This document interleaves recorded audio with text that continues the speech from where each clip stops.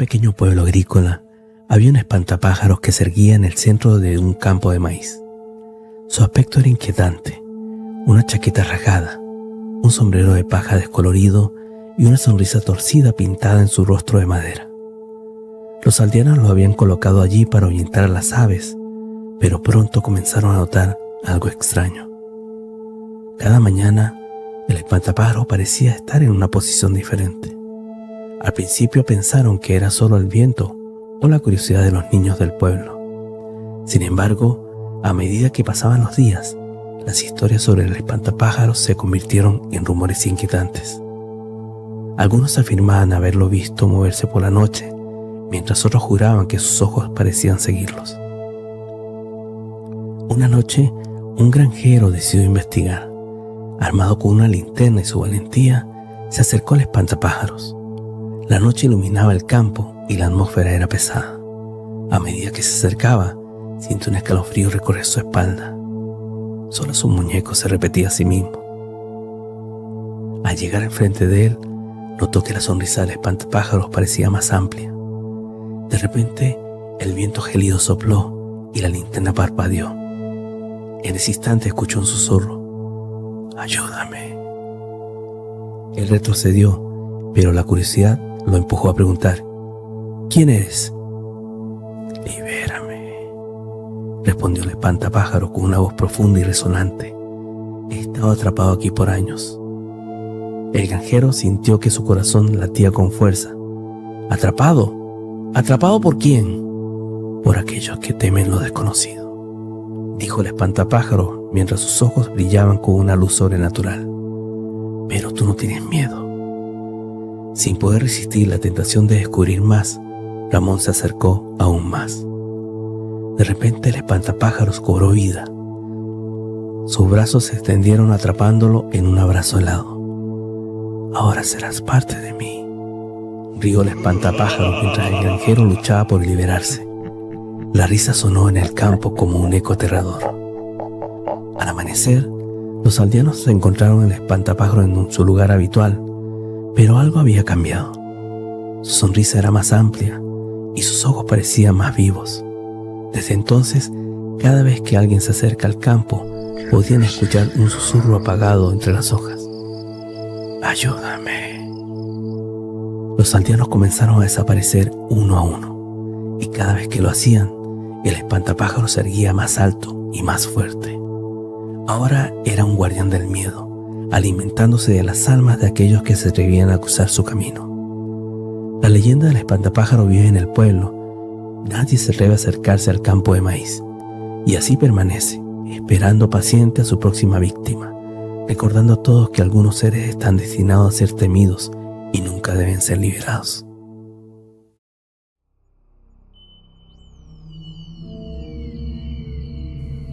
El ventríloco macabro.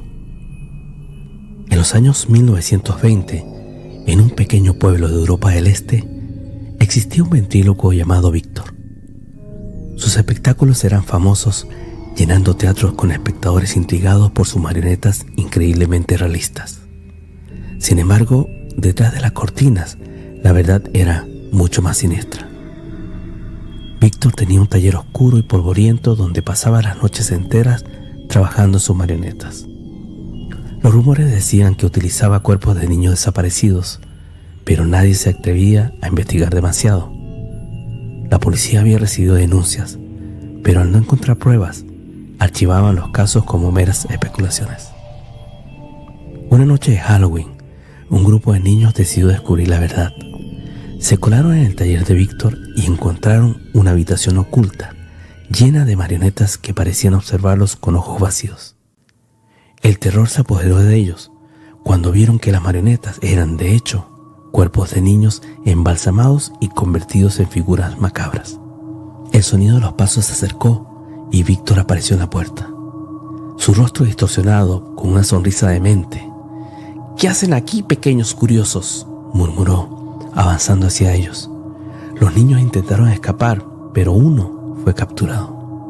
Los demás lograron salir y corrieron al pueblo alertando a los adultos. La policía llegó al taller de Víctor al amanecer. lo encontraron en medio de sus creaciones murmurando palabras incoherentes.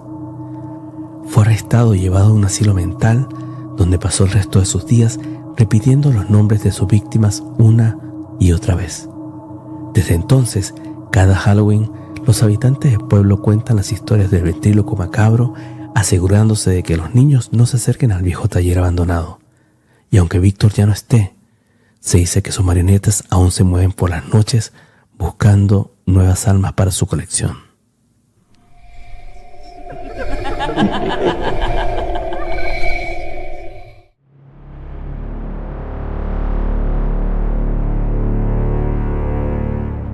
La línea 1 del metro de Caracas, con sus vagones antiguos y sus túneles oscuros, siempre habían sido escenario de rumores y leyendas urbanas. Pero para aquellos que trabajan en el sistema subterráneo, esas historias eran más que simples cuentos. Eran realidades que se vivían noche tras noche. Juan era uno de esos trabajadores. Maquinista desde hacía más de 20 años, había visto cosas inexplicables en las profundidades del metro. Recuerda vívidamente la noche en que el tren se detuvo de golpe en la estación Capuchinos. Una niebla espesa, casi tangible, se había adueñado del andén. Al salir a revisar, se encontró con una figura femenina vestida de blanco, flotando a pocos centímetros del suelo. Sus ojos, grandes y vacíos, lo miraron fijamente antes de desvanecerse en la niebla. En la estación Plaza Venezuela, los trabajadores solían hablar de un niño que jugaba solo en los andenes durante las horas punta. Era un niño pequeño, vestido con ropas antiguas, que corría de un lado a otro sin prestar atención a los pasajeros. Los que se atrevían a acercarse juraban que el niño se desvanecía en el aire antes de que pudieran tocarlo. Pero las historias más escalofriantes venían de la estación Colegio de Ingenieros. Se decía que en los túneles que conectaban esta estación con la siguiente, habitaba el espíritu de una joven novia que había sido asesinada el día de su boda. Su vestido de novia, manchado de sangre, se veía vagando por los oscuros pasadizos buscando venganza. Las leyendas se multiplicaban con cada turno. Un vagón que se movía solo, las luces que se encendían y apagaban sin razón, las voces susurrantes que se oían en los túneles. Todo contribuía a crear una atmósfera de terror que se apoderaba de los trabajadores del metro. Una noche, mientras Juan conducía el tren, sintió una presencia extraña. Miró por la ventana y vio una figura encapuchada que corría a lo largo del andén de la estación Bellas Artes. Al acercarse, la figura se detuvo y levantó la capucha. Era un hombre joven, pálido y de ojos vacíos. Juan sintió un escalofrío recorrer su espalda. El hombre sonrió, mostrando una dentadura completamente negra, y desapareció en la oscuridad. Durante esa noche, Juan comenzó a tener pesadillas recurrentes.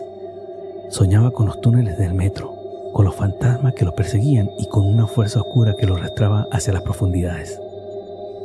A pesar de querer dejar su trabajo, sentía como si algo lo atara a ese lugar, como si estuviera destinado a compartir su destino con los espectros que habitaban en el metro. A medida que pasaban los años, las historias se volvieron más oscuras y complejas.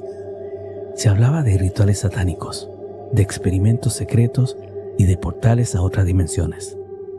Los trabajadores del metro vivían atemorizados, pero al mismo tiempo fascinados por el misterio que envolvía a este sistema subterráneo. Y así, el metro de Caracas se convirtió en un laberinto de sombras, un lugar donde lo real y lo sobrenatural se entrelazaban, creando una atmósfera de terror que perduraría por generaciones. El vigilante en la noche. Era una noche oscura y fría en un pequeño pueblo al borde de un vasto desierto. La familia Martínez había decidido adoptar un perro, un compañero que les brindaría alegría y protección. Encontraron a un hermoso perro de pelaje negro azabache, con ojos que parecían brillar en la oscuridad. Lo llamaron Sombra. Al principio, Sombra se adaptó rápidamente a su nuevo hogar. Jugaba con los niños, corría por el jardín y se acurrucaba junto a ellos en las noches frías. Pero pronto, la familia comenzó a notar cosas extrañas. Sombra aullaba a la luna, un aullido que resonaba en el aire como un lamento.